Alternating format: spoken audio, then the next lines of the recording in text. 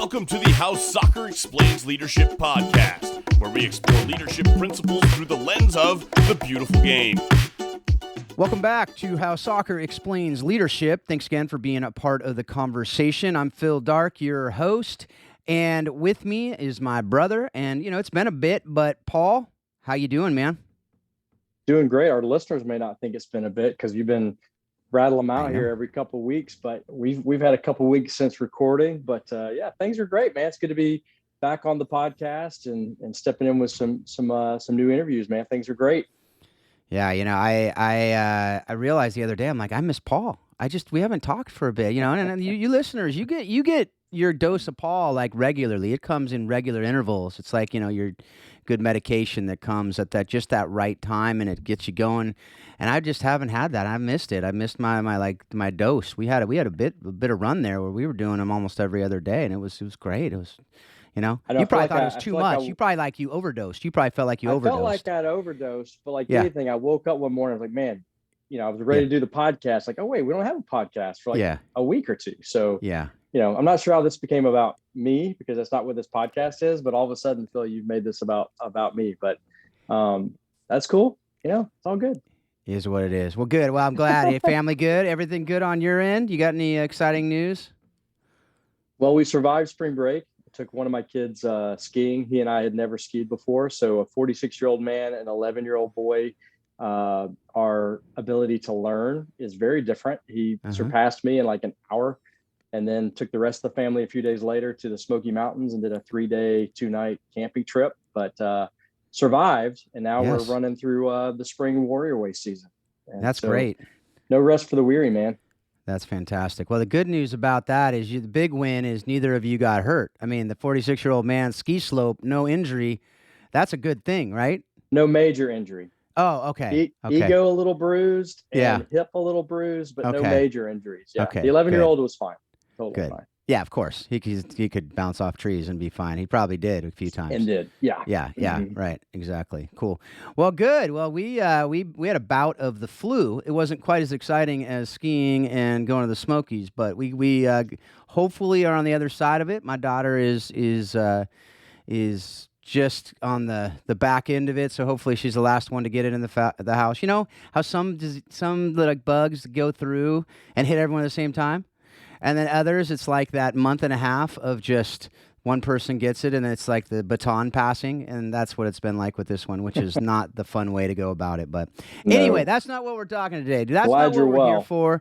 But yeah, we are bitten better, and the hope is that today we're going to have someone on who's going to help us be better, not just in not getting flus and stuff like that, but in every area of our life. To be able to just be better and to just be able to have our mindset in the right place, to be able to be performing at the highest level.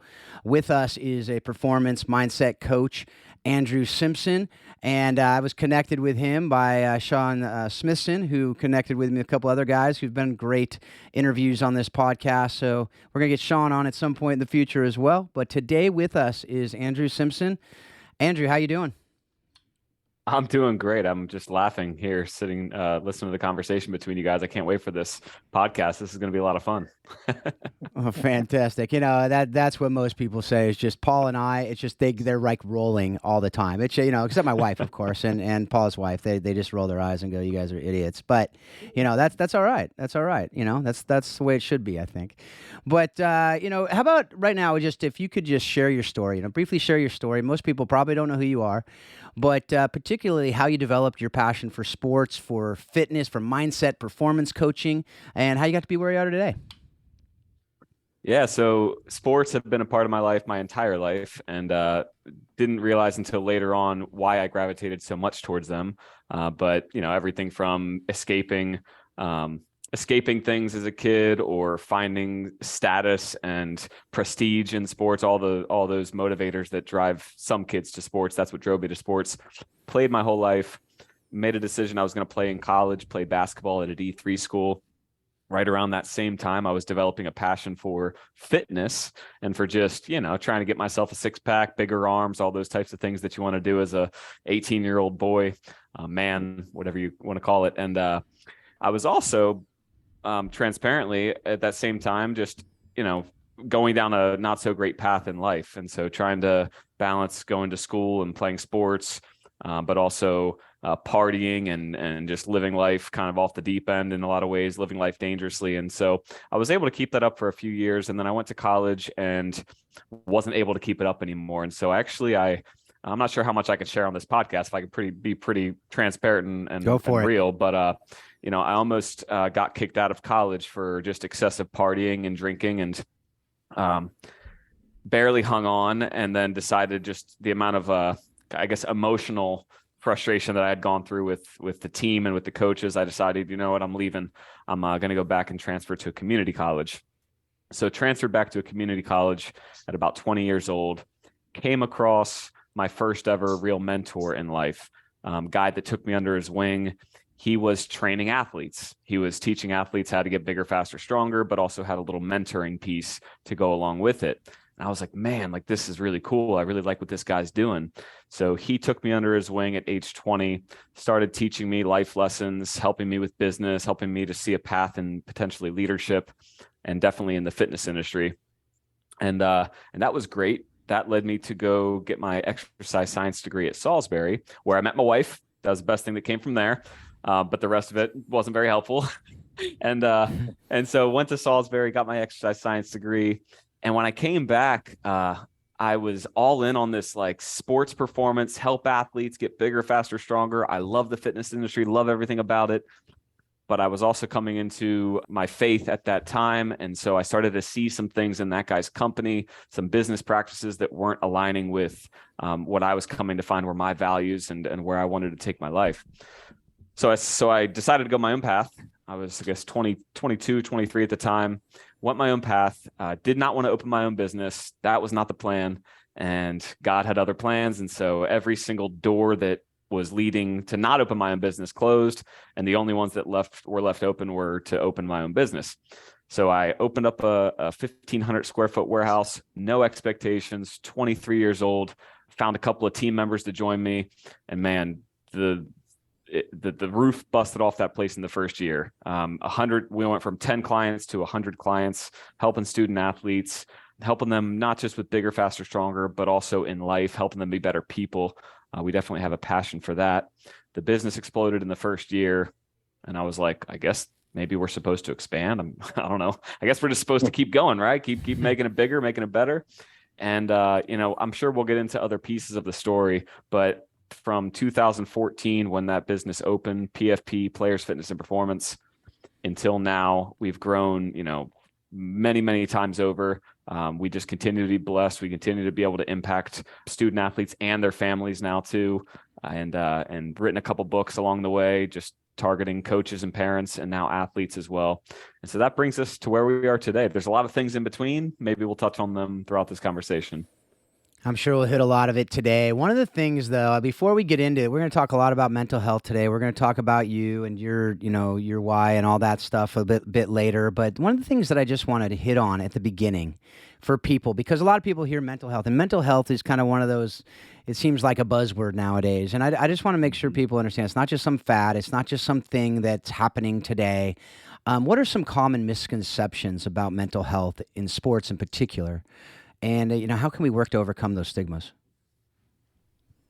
I don't know if my mind goes directly towards misconceptions. I mean, I think that I guess a misconception would be that it's just this one thing, right? It's just one thing, right? It's just mental health, but it could be so many different things. It could be how you respond to emotional challenges in life. It could be something deeper that does require a clinical diagnosis or medication. It could be your patterns and your habits of isolating or not letting people in. It could be, there's so many different components of mental health. So I guess the biggest misconception is that you can just say, hey, athlete, you need to take a mental health day, and then that's going to somehow help, right? Just take time off and it's going to help. A lot of the times it's more than that. There's always more to it. And so I don't like it when people just throw out the term mental health in sports, because it's like, let's really get focused and targeted. And again, today during this conversation, we might be able to touch on some of it, but it's like, let's really talk about like, what is this thing that's going on, and let's define it, right? Like, let's get really specific with what it is instead of just throwing the blanket, it's a mental health issue over top of it.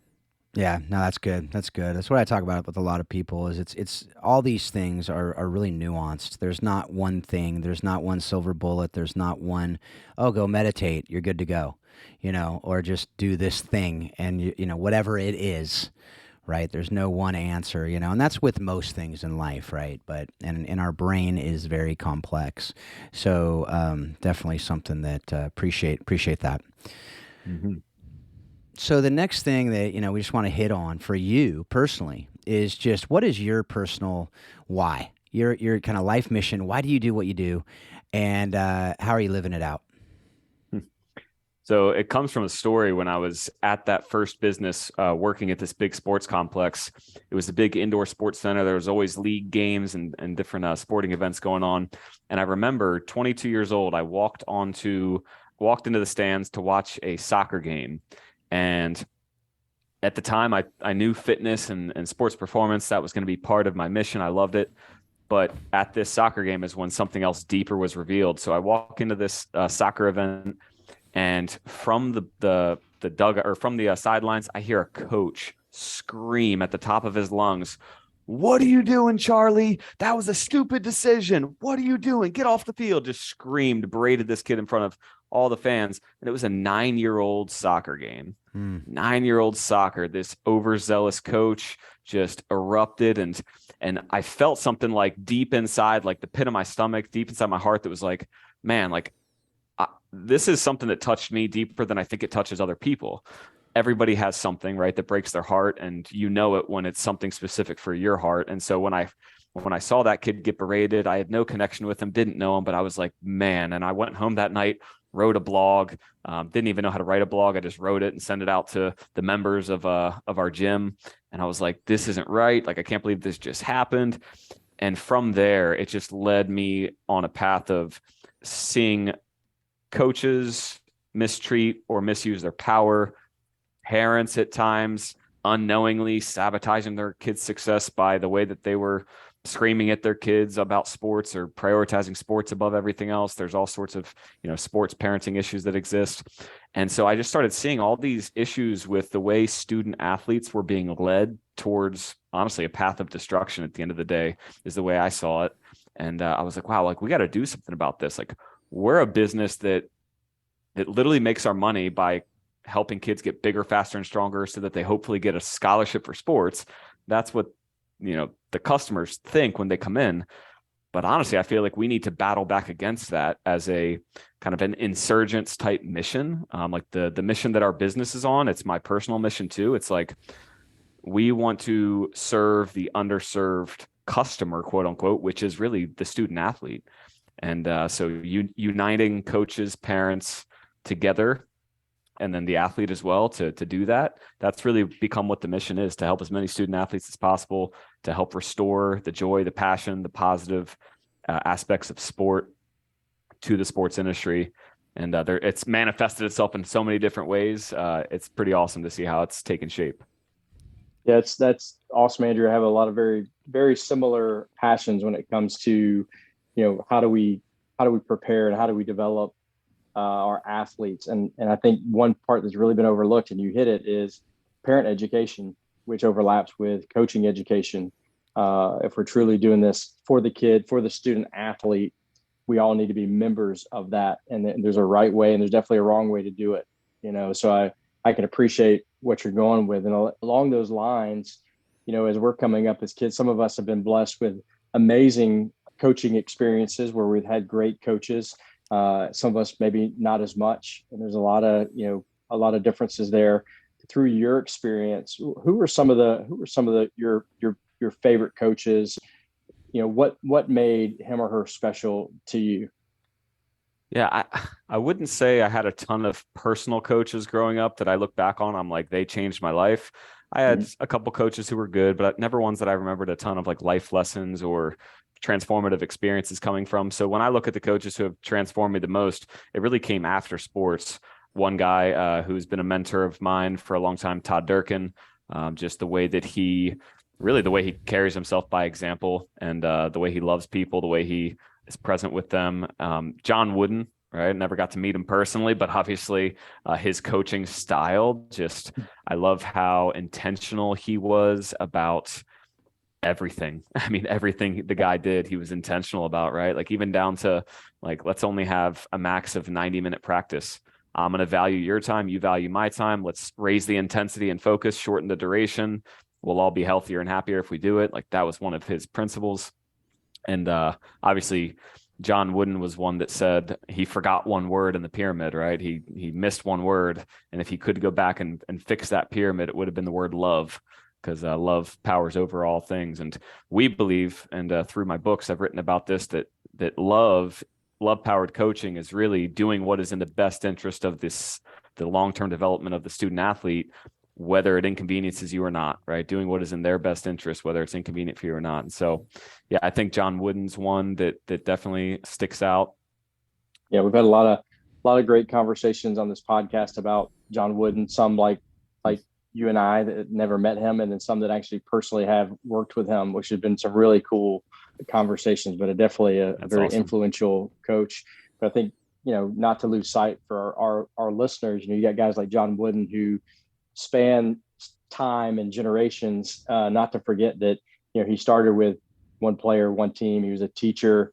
We all have that opportunity. And if we can affect and empower one athlete, we can be happy about that. We don't all have to be the John Woodens of the world. Although actually we don't need many John. We just need one John Wooden. I'm good with that. We can all just kind of work to help fulfill his mission as well. So I love that. It's good. Love that you said that.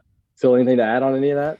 I just thought it was cool. I mean, it's a good reminder that, a lot of people say, oh, I never had a good coach, so therefore I can't learn these lessons. But to be able to say, no, there's all these different resources we have to be able to learn these lessons from. So, read John Wooden, read about these great coaches, read, biographies of like Mike Krzyzewski and, these different people who have spanned generations and have coached for decades, to read, Ben Anson Dorrance and see what he's done in the world of soccer. We hear these stories and we hear different people, and, and some of these people you may be even able to reach out to and see if you can get on, a call with if you're a coach and you want to learn from. I mean, we talked about that with one of the past episodes recently, but just, make a call. You never know, right? We had... So those are things that I just appreciate that to hear that and to have a mentor that you've never met. Now, ideally, the mentor is someone who you're doing life with in some way. But the reality is I've been mentored in tremendous ways by John Wooden, and I met him for about a minute and a half in my life. But I still, because I know through other people the man that he was, to be able to read his stuff and know it's not just words on a page. So I thought that was just really, really good. Just when you said that, it drew that out. Yeah. Not to overlook another great resource, guys, to hear coaches' stories and stuff is this podcast itself. Go back in the archives. There's been some really amazing people we've been blessed to get stories from that I've gained a ton of knowledge and information and wisdom from sitting on the other side of a screen here. So some really, really cool stuff out there, through your career, Andrew, like what's kind of a defining moment in your career? I mean, you mentioned a little bit of your story, but was there one defining moment in your career as an athlete that kind of shaped who you are today? As an athlete, I don't think that there was necessarily a defining moment that shaped who I was when I was playing. But as far as my career coaching and coaching athletes, I would say a huge defining moment came in 2016 when a parent called me up frantic, unraveling about how her daughter, she had watched it for the last time last night at a game. Her daughter had made one mistake and then got in her head and then started to beat herself up, and body language was terrible. And then her coach pulled her out and she couldn't stop beating herself up. She was crying. And so this mom was just frantic and she was like, can you help her? And I was like, man, we've gotten this girl a 27-inch vertical jump. This girl's a 4.0 student. We've helped her do all these things. And yet we're not helping her with arguably the most important aspect that's going to stop her from being her best in sports and life. And that is her mindset, her mental health, her mindset, her ability to get out of her head. Up to that point, it was like we were great at telling athletes athletes, hey, stop overthinking, or hey, get out of your head, or hey, do these things, but not actually giving them the tools, resources, and mindset shifts to be able to change it. And so, man, 2016, that transformed everything about the way we coached athletes. Myself and our coaches went on this journey to learn sports psychology, behavioral change, all the things that maybe a personal trainer would never learn about. We were like, we got to learn this piece, because if we can't get this right, then all we're just doing is adding to the problem. So that was a huge defining moment for me as a coach, is to realize, like, if I'm really going to help these kids, I can't just be focused on what I like to focus on. I got to focus on what they need most. Yeah. That's the big reason why we do this podcast. It's to remind coaches, it's to remind parents that this is a whole lot more than just X's and O's and doing well on a court, on a field, on a whatever, because it's something that, if you, not only mindset, but these are lessons that should be teaching us about the rest of our lives too. And if we're so stressed about the performance on the court, on the field, then we will miss those lessons. We will miss those different things that we can learn from these games, from these sports that at the end of the day are games. They're just games. And, and they can teach us so much about life, though. And so on that note, what is a lesson, or, two maybe, but that you've learned from sports, from playing the games, from whatever, or just from sports themselves, whether it's playing or coaching, that you've used in your coaching business, so that you've taken from the field, from the court to your business? Yeah, I think of different things from an aspect of like teamwork and leadership, all the way to very practical things that an athlete would do in a game. I watch the way some teams, this is more on the team side of things, but I watch the way teams operate. And obviously the best teams are often the loudest teams, the most encouraging teams. The best teams win, not the best players. And one of the things that we took from sports, or from that world, and have applied in our business, is something called the 5 enemies of team unity. And we've actually helped other sports teams and businesses utilize these same things and watch the winning explode. And so these 5 enemies of team unity, they're so simple: poor communication, gossip, lack of a shared purpose, unresolved disagreements. And then the 5th one is sanctioned incompetence. And so sports, I really think that when you watch the way a healthy, high-performing sports team operates in the locker room behind closed doors, you can really draw some great conclusions out of it. And then that's ultimately how I think an individual performer plays well too, is helps to eradicate those 5 enemies from within their team. Yeah. I like that. Let's dive into some of the nitty gritty, Andrew, a little bit here, and dive into your world a little bit more. We got some great background. We know you, we know kind of where you've come from. We know that stuff. Let's dive into some nitty gritty. Let's get into your head a little bit.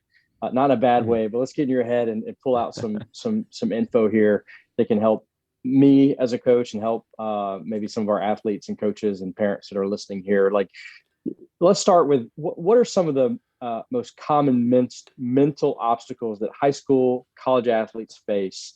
How are you helping them through that to fulfill their potential? Let's start with just the basics. So what are some of the common things that you see mostly in these high school and college athletes? Yeah, I think one is beating themselves up for mistakes, all right, and just day to day making the minor setbacks in their minds feel like these huge life-altering, right, things that happen to them. And so one of the things that we do to help shift that is compare yourself to who you were yesterday, not to who someone else is today, or not to who you want to be tomorrow. And that second piece is really key for an athlete, because if an athlete has this bigger and better ideal future in their mind, right? Most athletes do. They've got college sports or professional sports. They've got that in their mind. Well, the gap between where you are today and that bigger and better ideal future is huge, right? And the more you focus on that gap as an athlete, the worse you feel. And I ask athletes this all the time, at least a dozen times a week during these different training sessions we do. But it's, when you focus on how far you fall short from where you are today to where you want to be in the future, what do you feel? Coach, I feel overwhelmed. I feel like I can't do it. I feel discouraged. I feel anxious, like all these feelings that, I mean, honestly, if you feel those feelings too often, are you going to perform well as an athlete? No, because feelings are your fuel as an athlete, right? Your emotions are your fuel. And so we try to actually shift away from like, let's change your thoughts to no, like we got to get a hold of like your emotional state, because your emotional state, if you feel lousy, if you feel anxious, that's going to determine your performance. And so part of what plagues an athlete emotionally is their obsession with how far they fall short. And so that's great to focus on the gap because it does make you motivated. But more than motivated, all those other emotions I just explained are the result of focusing on the gap. Whereas athletes who tend to perform their best, even at the professional level, they have mastered the art of balancing, focusing on the gap, but also locking in on the gain, right? Where have you saw gain? And so I ask athletes, hey, tell me the 5 things you're most proud of in your life, or tell me 3 things that you accomplished in the last season of sports that are progress. And it takes them so long. It is sad. Like they can't find anything. And then after like 20 minutes of sitting there, making them find something, eventually their brain starts to find the things that it's like, oh, you know what? Like my shot got better last season, or I got a little bit faster between last season and this season, or you know what? I had a couple of really good, strong games in a row and it gave me some momentum. Whatever the case, it's like getting them to learn how to focus their precious mind and attention on where they've made progress. Some people think it's like, well, aren't you supposed to like, you know, forget about your successes and just focus on what's ahead because that's all that matters? Like, yeah, if you want to be miserable your entire sports career, like what does a sports career of chronically being dissatisfied all the time, like what does that career sound like? It sounds like a career where you were dissatisfied all the time and you were, you know, so teaching them to reflect positively on, and we go daily, like what happened yesterday that was a win, something positive. Let's retrain your mind to focus on something good. Look for what is rather than what isn't, because we know that the human brain, it naturally defaults to look for what's missing, what's not good, what's not right, where I fall short. That's what our brain naturally does. And the adolescent mind, even more so. As adults, some of us have learned how to start to shift that. But again, just going back to the exercise, it's, you know, what did you do yesterday that was great? Where did you make progress yesterday? Did you overcome anything? Did you get out of your comfort zone yesterday? Like, let's talk about the wins from yesterday. What about last week? Let's do this weekly as well. And then even seasonally, right? Let's reflect on your previous season, find out where you made progress. And over time, that starts to build some momentum and helps them to look for what is possible rather than just problems or issues. Yeah, you talked a little bit about at the beginning about kind of comparison, how you compare yourself to the athlete you want to be far in the future, things like that. How about the idea of the comparison trap of obviously comparing yourself to a player you want to be, the person who has the position ahead of you, you want to be them, when in reality, you probably just need to be who you are. But also, I guess more my question, what I want to ask is, how much are you having to talk about the comparison trap that's in front of these kids every day through social media? Mm-hmm. Seeing the successes of everyone else around them, and then they feeds into their thought process of, man, I'll never be that good, because you never see anybody else's mistakes, but you focus on yours. Are you having to battle the social media piece of this at all with your athletes? Yeah, we do. And we do a 21-day progressive social media detox with the athletes too, that helps them to recognize like how great life is when you're not looking at that. But a layer deeper than that for an athlete is when you look at the ones who can be on social media and still be okay and not compare themselves to others, those are the kids that are super locked in on and clear about what they want, what their goals are. They have a plan on how they're going to achieve it. But then most importantly, those are the kids that know why they're after that goal.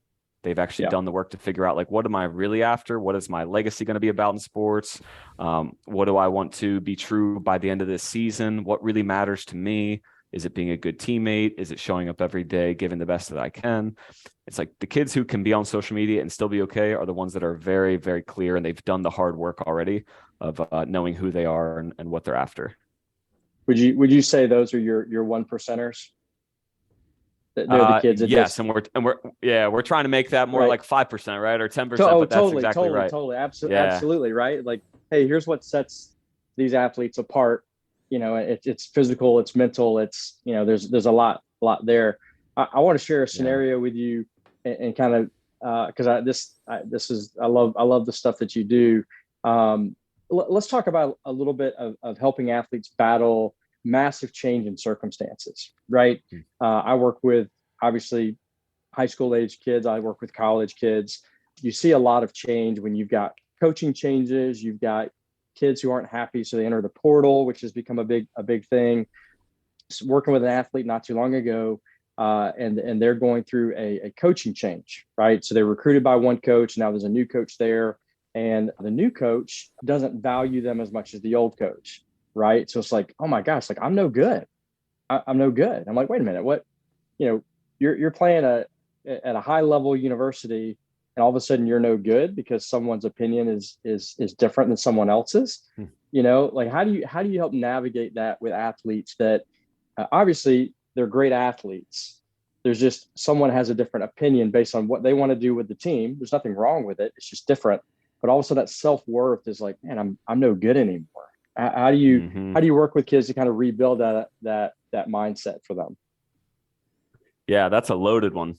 I mean, I think that one of the things is, I think like I mentioned before, like helping them have a basic understanding of why their brain goes towards what it goes towards and what their brain defaults to. And they know, like, hey, when a challenge arises, I know that what my brain's going to try to do is search for the problem, search for who to blame, search for, right? So, and then I'm going to have to do some hard work to actually be proactive and positive about this. So it's like knowing that to begin with, but then from that, I've got a chapter in my new book called Taking Back Control of What Things Mean to Me.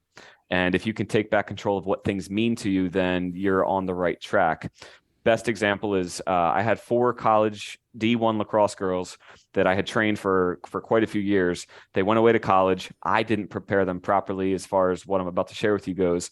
They go to college, they show up. Well, the coach that recruited them isn't the same coach that's there, if you know what I mean, right? It's the same coach, but not the same coach. So these girls get there and they got crushed mentally and emotionally. I mean, these coaches, and man, I've been around some bad ones, but like these coaches, literally from what the girls told me, they would look at them and tell them like, you are worthless. Like, why did you think that you could play Division I sports? Thinking that they were motivating these girls, definitely not motivating them. And it just beat them down. Well, these girls came back after their season in the spring for summer training, and I could just see the look on their faces. I was like, wow, we're going to have to really work through something. Like, what happened this year? So we came back into a conference room just like the one I'm in. We sat around the table, no workout today. Let's just talk through this and figure out where you're at. And all these girls are just bawling. I mean, I'm sitting around a table with 4 Division I female college athletes just crying. I grew up with 2 sisters, so I could handle it. But anyway, they, they're sharing with me, like, my coach they did this to us. Like, I can't believe the coach was like this. Why were they like this? And they all went around and shared, and I was hearing them out. And then afterwards I said, honestly, I'm so sorry that you guys had this experience. You've worked your whole life and you expected, out of all people, your coach would be supportive and encouraging, and it didn't meet your expectations. And I really am sorry for that. But what I'm most sorry about is you haven't found yet a way to be genuinely grateful for this situation and for your coaches.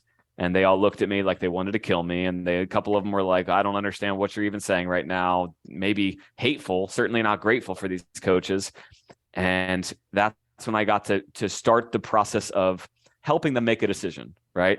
Am I going to continue to point the finger and blame, or am I going to say, you know what, this happened to me, right? This happened. This was terrible. This was awful. And it's because of these coaches that I now get a chance to develop. I get to now pass this on, not let another freshman on the team next year go through what I went through. I get to, when I become a coach someday, I'm going to become a way better coach, and I'm going to learn from this. Like, it's because of these coaches that I'm building up some stronger mental skills and emotional skills that are going to just on and on and on. Like, we went through all these things. It's like, so what are you going to do now? Like, are you going to listen to your friends and family who are honestly just fanning the flame and encouraging you to be mad, right? Like, the thing about it was that I tried to teach them was, you are completely justified. If you want to leave this room today, you're completely justified to point the finger at that coach and say, that coach was awful, and it's because of that coach that I had a bad experience.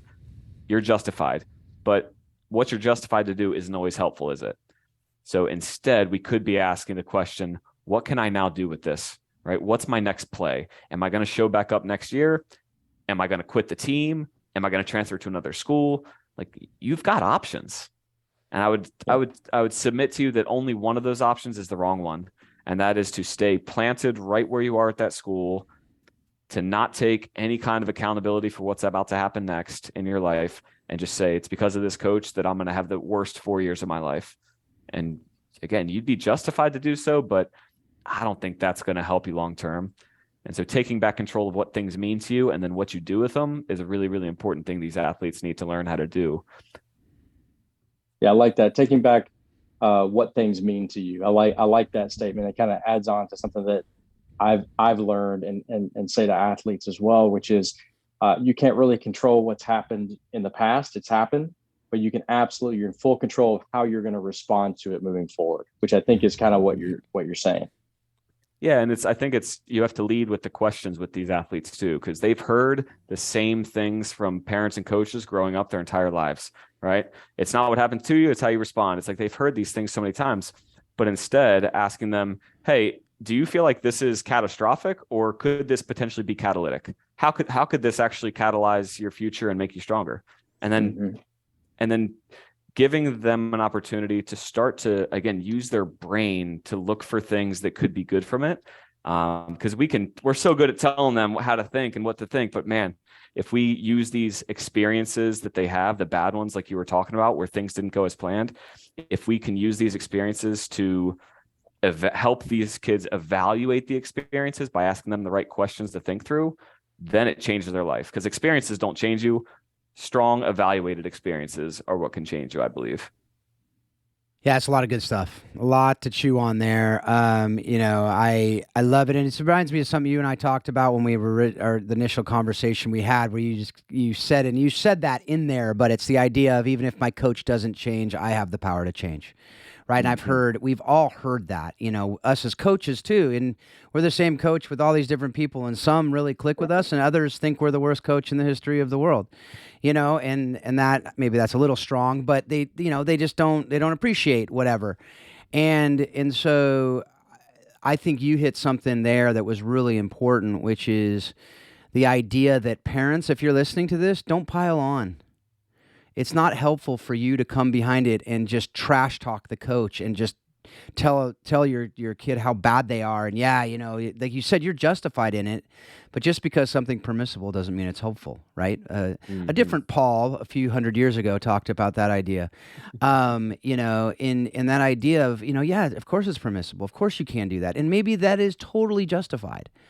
But is that what's going to make the next step the right next step? Or is the right next step? Because that's not going to get any better. You're just going to be in a pit, go deeper into that pit of despair. And you talked about that, like just the coach is a different coach that was there when they arrived than the one that was recruiting them. Well, welcome to life. Like I remember as a lawyer, the summer associate position was the whining and dining. They'd take you in, they'd take an entire summer, not just one recruiting trip. And they were showing how great they are and how everything is. And then you get there as an actual lawyer, and it's very, very, very different, and then you're billing and you're working and you're slaving, and they basically own you. And that's the reality. And that's something that if you go into it with these, rose-colored glasses, you're going to be quickly crushed by that. And the reality is, it is cutthroat in a lot of these places. And you got to know that. And that's where I think doing your homework on the front end too helps too, right? So, but anyway, that's a whole different conversation that, I think we could talk about that if this was a recruiting show, but this is more the idea of how can we get the leadership lessons out of it. And so, you've written, you mentioned the Mindset Hacks book that you have now. Can you just talk about the two books that you have written? 2 books, right? That you've written? Yeah. Yeah. The 2 books that you've written, and just, why you wrote each of them and what you hope readers will get out of them. Yeah. So the first one was written, I mentioned my experience at that 9-year-old soccer game. The first one was about 4 years in the making. And what prompted me to finally put pen to paper and start writing it was my dad had passed away from a really awful battle with cancer. And I was reading a devotional by Mark Batterson, who said the reason why he writes books isn't for this generation. He writes books for his children's children's children's children, so that they know what their great great great great great grandfather stood for. And he believed that everybody has a unique message in life, unique experiences, and so your message truly will never ever be shared by anybody else in the history of the world. And so if you don't share it, no one else will. And man, when my dad passed away, it reminded me of the fragility of life. And so I started writing it. And it was really it was written to coaches and parents to address all the problems happening in youth sports, everything from parents fist fighting at games to, which is just crazy, to right. I mean, to the issues we talked about before with coaches, and opportunities, right? Opportunities to shine a light. I can't tell you how many parents and coaches have read the book who were the worst offenders of everything in the book, who were like, man, I didn't realize that that's what I was doing to my kid, or I didn't realize that there was a different way to do things as a coach. I didn't realize that I could, maybe after a game was over and after my athletes were dead tired, I didn't have to talk to them for an hour afterwards. I could actually just send them home and let them reflect, right? There's all these different principles in the book. So that first book, The Youth Truth, written to coaches and parents. And in the end of that book, I shared a bunch of like 33 mental game exercises that you can do with your players. So I gave all like the practical mindset coaching stuff. And then last year, when it seemed like in a span of 2 months, there was about 6 or 7 college athletes that had taken their own lives. There were so many suicides occurring at the collegiate athlete level. And we had an organization reach out to us, a mental health organization reached out to us, a gym, and was like, hey, are you guys going to do anything about this? We feel like this is in your wheelhouse to affect change here. So we ended up hosting this huge event at our gym called Take Back Control. And it was all about, and we had over 200 athletes, parents, coaches come out. And it was all about equipping and empowering the student athlete to take back control of their own mindset, of their emotions, and really their experience in sports, so that, again, even if they had the worst coach who never changed, the parents who kept putting pressure on them, or a sports society that just continued to value all the things that led you to anxiety, even if all that remained unchanged, they could take back control and change. And we're like, you know what? Like, at 15, 16, 17 years old, like, these kids, they're mature enough to understand these concepts. Like, they really can. I mean, I've even had 11-year-olds that could take some of these concepts about mindset and psychology and apply them immediately and get a lot of benefit out of them.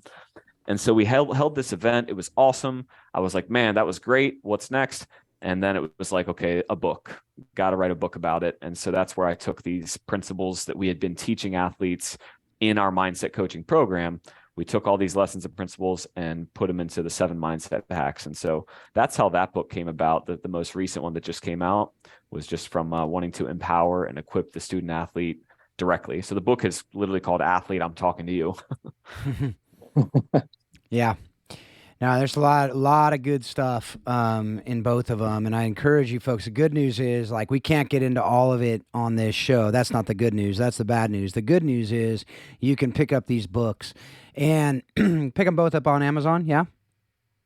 Yeah, if they go to my website, they're both going to be there, and you'll get all the bonus resources and whatnot. AndrewJSimpson.com. Yep. Yeah, there's lots of bonus resources. I think it's a couple $100 in bonus stuff. You pay $20 or so for the book, and you get a couple $100 worth of stuff. Really great resources that you'll be able to use, and for your athlete. And on that note, I think it's really important to hear, and we've kind of alluded to this throughout the conversation, but it's why we do the Coaching the Bigger Game program. It's why, we talk to coaches through this podcast to remind them about the lessons that we should be teaching our players through these sports. But oftentimes we as coaches and we as parents forget that these mental health issues are ours as well, and are ours that we have to be coached on and deal with these things in our lives too. And if we're not healthy, then we'll probably pass that into our children, whether it's as a coach or as a parent. Can you speak to that for a bit? Yeah. I mean, it just reminded me of a book that I just picked up a new book. It's funny. we all just get books thrown at us all the time, right? Like Yeah. all the listeners just got two, and then I'm going to throw another one out there, and I'm only 30 pages into this book, but it's called Emotionally Healthy Spirituality. Yep. And yeah, and it's just like it speaks to exactly what you were just talking about, which is we can throw, and this makes me even think of my own coaching program that we do here at PFP, but you can throw mindset training and the Bible and coaching lessons and all these evaluated experiences. You can throw all of them on top of somebody who emotionally is quote unquote dysfunctional, has unaddressed wounds, has unaddressed traumas, had unaddressed things emotionally that they've never dealt with. And you can throw all these things on top of that, and it actually makes the person function a lot better, but it doesn't change the fact that they haven't done the work to figure out, like, where does this anger come from? My athlete that always seems to result in anger on the field, or that my athlete always withdraws and gets depressed when things don't go their way and is anxious all the time. Like, these emotions come from somewhere. And so evaluating that piece and doing the work there is probably where it's valuable for all of us to have a good, strong therapist of some sort to work through our past. And I don't even remember if that's exactly the question you asked, Phil, but that's what it made me think of, is this book that I picked up. Yeah, it's just more the idea of how are you working? I know your first book was written to coaches and parents. So the idea that coaches and parents need to be emotionally healthy, need to be, I love that book, by the way. We actually went through it with a group of CEOs. It was just what we went through as a study together, and it's so solid. Definitely highly recommend that book for anybody out there. It's actually written by a pastor who actually had a breakdown and has written a lot about it and has talked a lot about it and the importance of being healthy. And I think we as leaders, and parents are leaders, that we need to understand that our health, if we're not taking the time to be healthy ourselves because we're pouring into others so much, that we won't be able to do it in a way that's healthy. And it likely will lead to kind of more toxicity on whoever we're training and leading into or pouring into. So, yeah. Do you agree with that? Yeah. And I think that one of the ways you can, like, so I a lot of the times, like, parents will, again, it's like they give to their kids. They do everything for their kids. And one of the symptoms that that they're doing that, but they're not healthy themselves, is they're chronically stressed. They're chronically anxious themselves. They're chronically dissatisfied themselves, but they're doing all these things for their kids and coach. So that kind of makes them feel a little bit full sometimes. And I'll never forget, I was interviewing this one mom who's an entrepreneur, successful businesswoman, has two kids who play sports. And her daughter was going through a really challenging time in her recruiting for college volleyball. And she was just getting crushed. And this mom was like, she was sad for her daughter, but she was still okay. And I was like, man, like, how are you like such a strong parent through this? You don't feel the need to jump in and save the day. You're not going after the coach. You're not like, how are you doing it? She goes, Andrew, I've got my own goals. She goes, I've got my own goals in life. I've got things that I'm striving for. I'm working on myself every day, and my daughter sees that. And so I don't need her to make it to Division I college volleyball to feel full myself, because again, I'm pursuing my own success in my own life still. And I was like, wow, like that was a huge, wake up call of not that you shouldn't continue to serve your kids unconditionally and servant leadership all day. Like, we're supposed to model that too. But before we do that, we got to model what taking care of ourselves looks like. And then they'll do the same. They will 100% do what they see before what we say all day. Yeah, definitely. And then you have a little handout. You can go to Andrew's website and you can get this, but can you just hit on, you have 3 different things that are mistakes parents make in the lives of their children, their student athletes in their own home. Can you just hit on, one or a couple of them, but just the idea there so people can get an idea of what one of the mistakes are? And parents out there, you're probably going to be able to relate with this at some level. So can you just hit on one of them, and then they can go get the rest of them at the website? Yeah, I know which one you're talking about, the 3 things that 98% of parents do that are causing Yeah. And so, I'm trying to, that's a little bit deeper, and I go into the detail. I think the higher level things about that parents do, one of them is like pregame reminders, pregame pregame pump up speeches, that kind of stuff, sending your kid those things because you want to see them succeed, but really what it causes them to do is overthink. Right. So sending your kid those, again, pregame reminders too. It's like how much can you take away their intelligence of the game by telling them, hey, don't forget to do this spin move. Hey, don't forget to follow through. It's like, Mom, Dad, like the past like 2 years, I've been practicing that. Like you've been paying for it. Like I'm good. All right. It just causes them to overthink. So that's one of them.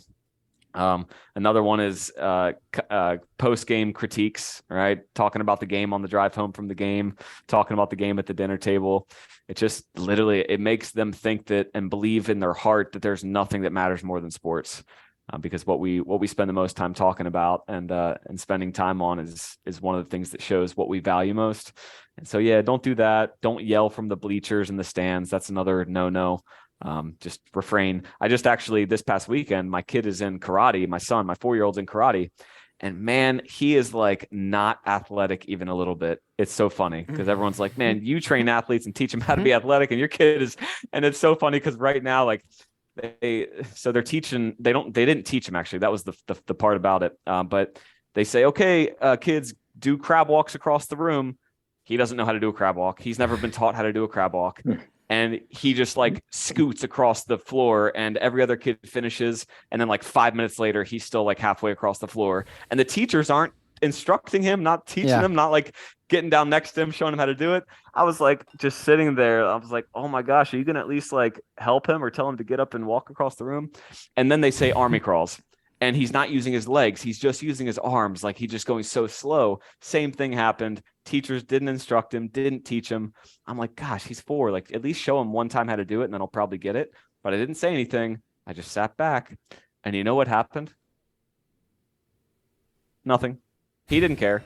It wasn't a big deal to him. Right. And I was reminded that the reason why we yell at our kids from the sidelines sometimes, it's actually not for their benefit. It's to get something off of our own chests, right? It's to satisfy our own emotional need to let it out. And so I was like, man, if I would have said something, it literally wouldn't have been for his benefit. It would have just been me. Yeah. So that's another one, yelling from the sidelines. Yeah, that's some good stuff, and I know Paul and I both are parents and coaches, and oftentimes what I find is I am a much better coach than a player in most things in life. And so I will tell people about all these great things and then get caught up in any game. And so parents, give yourself some grace too. If you say something, if you do something, and, as a coach as well, I actually personally ask permission to talk with my kids about this. I go, do you want me to talk about the game, what I saw, what you want me? Because as a coach, I did see things, and they know that I saw things. But still to ask that permission of them and not just assume they want to hear it. And sometimes they say, no, I just don't know. I don't really want to hear it. I know what I did wrong. And other times they're like, yeah, I do. And to know each kid too. I think you said that in there. There's like 1 or 2% or 3%, whatever, of parents who maybe have that coach relationship, and it is rare. But I still, even if you have that relationship, parents, I would say ask for permission each and every time, because sometimes they may not they just might not be in the mood for it, and they're just so bummed or whatever. They just want to talk about anything else. And just remember that from your career as well, if you were an athlete, that there's some games that you just like, I just don't even want to talk about it. Let's just go to a movie, I was just going to relate to something else. I thought the same thing about my first son, that he wasn't athletic at all when he was that age. He's turned out to be a decent athlete. So Nice. There's hope. The 4-year-olds, the jury, I thought the same. This one's just going to be, not my athlete. That's fine. We'll work through it. Not a problem.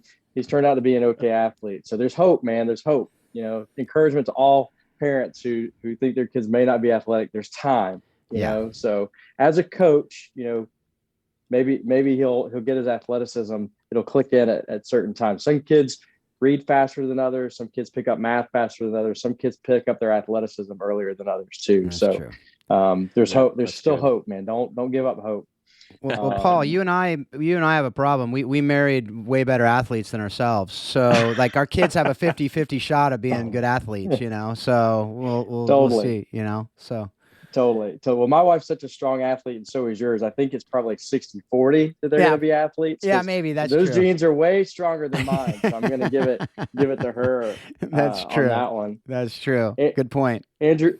We talked a little bit about this, but you've got your new book, Take Back Control: 7 Mindset Hacks to Dominate in Sports and Life, and I think you've kind of talked about some of these hacks through some of this. Is there one? Because we're running low on time, we'll respect your time here. Is there one of those hacks that you could share with us that stands out more to you than maybe some others that you like to share with our listeners? Because I think there's some really good stuff in there, and maybe it'll lead them to maybe going in and reading the book. Yeah, I'll share one fun one that's helped a lot of athletes with something practical, and then I'll share the one that I think is probably the most important. The fun one is take back control of your actions and reactions. I get to work with athletes who, they have their coaches that do something that they didn't want their coaches to do, like pull them out of the game or not start them in a game. And I teach the over-under reaction and what does a reaction look like that is so outside of what your coach thought was going to be a reaction that it's like over the top. Like they're like, what did they just do? And it's even funnier when we do it with the kid and the parent. So I'll share a coach example than a parent example. So we had this kid who came in for some mindset coaching. He wanted to play Division I lacrosse, but he kept getting in his head, and he actually had a lot of like frustration at his home life and arguments nonstop with his parents that were spilling over into his performance. And so it's the funniest thing. His dad would always like get on him about not mowing the grass or not cleaning his room or whatever. And I was like, well, so what do you do when your dad like yells at you that you didn't mow the grass? He's like, well, I yell back and we fight for like 2 hours. And I'm like, and then what happens? Well, I go mow the grass. Okay. So I said, so let me ask you this. What is the day of the week that he wants you to mow the grass? He said, well, it's usually Wednesdays and Saturdays. Okay. So on Friday, go out and mow the grass without him knowing. And then wait to see what happens on Saturday. His dad comes in Saturday. Hey, you got to mow the grass. He just calmly looked at his dad and say, oh, don't worry, Dad. I already did it. And it was this over-under reaction that took his dad back like, wait, what? You already mowed the grass? And the same thing happens like with a kid who their parent says, go clean your room. I don't want to clean my room. What if instead next time you just looked at them and said, gotcha, Mom, no problem. Or your coach pulls you out of the game and you said, got it, Coach. I needed a break. Thanks. I'll be good to go in just a minute. Like these pre-planned responses, reactions, and it's just a funny thing to watch kids when they learn this and then they come back. They're like, it worked. We didn't even fight, and I got back in the game quicker, or whatever the case. So that's one of the funnier ones. Take back control of your actions and reactions. It also has serious implications. But I think above all, man, it's the last chapter is take back control of your self-worth and identity and where you're going to pull that from. I had this athlete that's a Division I athlete, and she plays softball. And during her freshman year, first couple of games, she didn't get any playing time. And she was all distraught. She was so down on herself. She used to be the best. Now she's not the best anymore. And she made some decisions right then and there about her legacy as an athlete, what she wanted her legacy to be about, and what really mattered most to her. And then she came to the conclusion that sports are temporary, right? She's like, you know what? The wins are temporary, and so are the losses. So when I have great games and when things are going, when I'm on top of the world, I'm going to remind myself it's all temporary.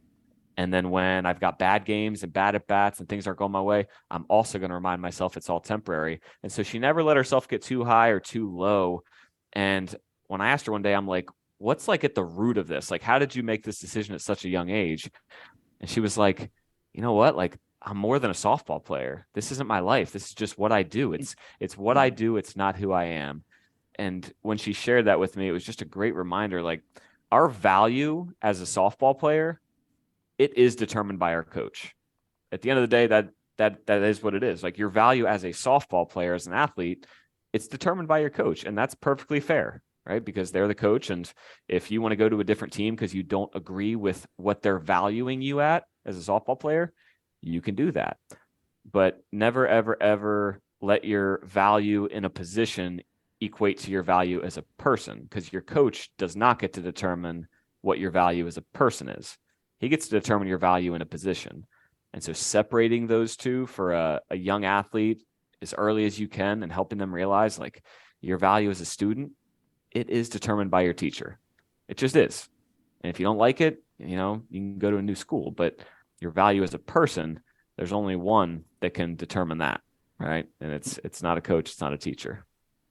Yeah, there's some great stuff in there, Andrew, and just encourage folks to go and pick up your books. And of course, we'll have links in the show notes to your website and so you can learn more about you and have an opportunity to pick up your books. And I appreciate you sharing that. But as my good friend and partner here, Phil Dark, always says, all good things must come to an end, and we're winding down our time here. And but always love to wrap up with a couple of questions we ask all of our guests. And the first one is, what lessons have you learned directly from sports that you've used in your marriage and parenting directly? Like Phil's family, in the soccer world, the retaliator gets the red is one that he always says. So what are some life lessons that take directly from sport, any sport, that you use directly maybe in your marriage and parenting? What was it? The retaliator gets the what? Gets the red card. Red card. Yeah. So the referee doesn't always see the initial foul, but if the kid reacts and retaliates and punches it, that's the kid that usually gets ejected out of the game. So the retaliator gets the red. That's really good. All right. So marriage, let's go there first. I've been married for 6 years now. I guess the first lesson is don't forget important dates. That's an important one, show up on time. Mm-hmm. But in marriage, I think too, it's give first. Right. It's give first. And as an athlete, if you show up to serve and you show up to help the team, it always ends up coming back to you tenfold. So give first, then receive, in parents or in marriage. And then what was the second one? Parenting. Yeah. Parenting. Don't pull your kid directly out of the karate match just because he doesn't seem athletic and can't do crab walks. Yeah. I think it's give yourself grace because, man, in my book, and I left out, Phil, one of the 5 or 3 things, but there's 2 other ones that sports parents should stop doing. We made it part of the Say Nothing Challenge, was no bribes, right? Don't bribe your athlete. If you score 2 goals, I'll give you this. Well, man, having a 4-year-old and a 1-year-old, I just realized like how often you break your own rules, right? It's like anything to just be quiet for 1 minute. Like I'll give you the lollipop, I'll give you the TV, whatever. And so I would say grace for yourself and grace for others is very important. That's because awesome. You're not as perfect as you think, and it's easier to say than to do it. That's so funny. Good. That's such, yeah. And when I was reading that chapter, I was laughing so hard because my wife and I we're both, my wife played D1 and she was always at whatever, and she never got bribed in as far as she remembers. And I don't remember either ever having that in mind. I'm like, we're never going to do that. And then our third kid was like, she showed no interest in soccer or really any other sport when she was 4, 5, or 6. My wife, she told me this after the fact. I never knew she did this. She says, yeah, at one point I told her, if you just touch the ball, I'll give you $20. Like if you kick the ball during the game. Because she would just, like, she wasn't even moving. And she was like 5.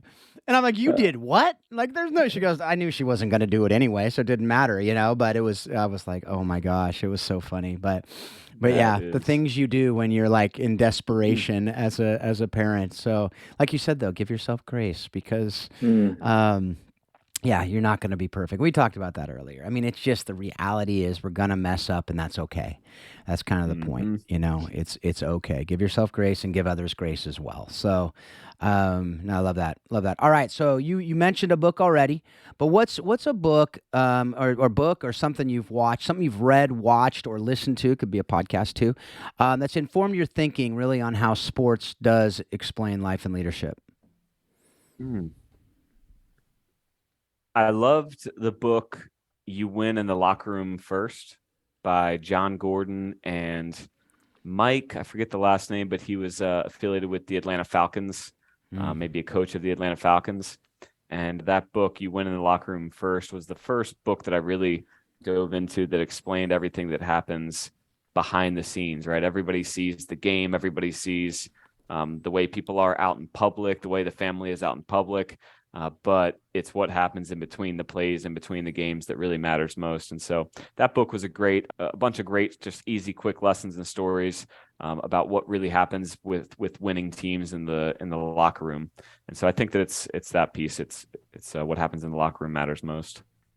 It's great. We've had John Gordon mentioned before, but never that book. So I'm looking forward to picking that up, because anything by John Gordon's solid. So thank you for that. And thank you for the conversation. I've really enjoyed it, and I know we could go on much, much longer, but we're gonna cut it off there for today, folks. Good news, like I said, you can go check out these books on Amazon. We'll have links to them in the show notes to Andrew's website as well, andrewjsimpson.com. And we'll have all the other links that we mentioned. That Scazzaro book as well will be there too. So thank you, Andrew. Thanks, guys. This was fun. Appreciate it. Thank you, Andrew. Absolutely. All right, folks. Well, thank you for being a part of the show. Thank you for your download. As always, you can go to the show notes and you can check out the Warrior Way Soccer, all that Paul and Marcy are doing there, warriorwaysoccer.com. Also, the first cohort. I know we've been talking about this. We have actually pushed back the first cohort of Coaching the Bigger Game. It will likely already be going when we release this, but you can still join the cohort a little bit late if need be. coachingthebiggergame.com if you want to check that out. As always, we hope that you're taking what you're learning from this show and you're using it to help you be a better coach, help you be a better parent, better spouse, better leader, better friend, better in all that you do. And continually remind yourself that soccer does explain life and leadership. Thanks a lot. Have a great couple weeks.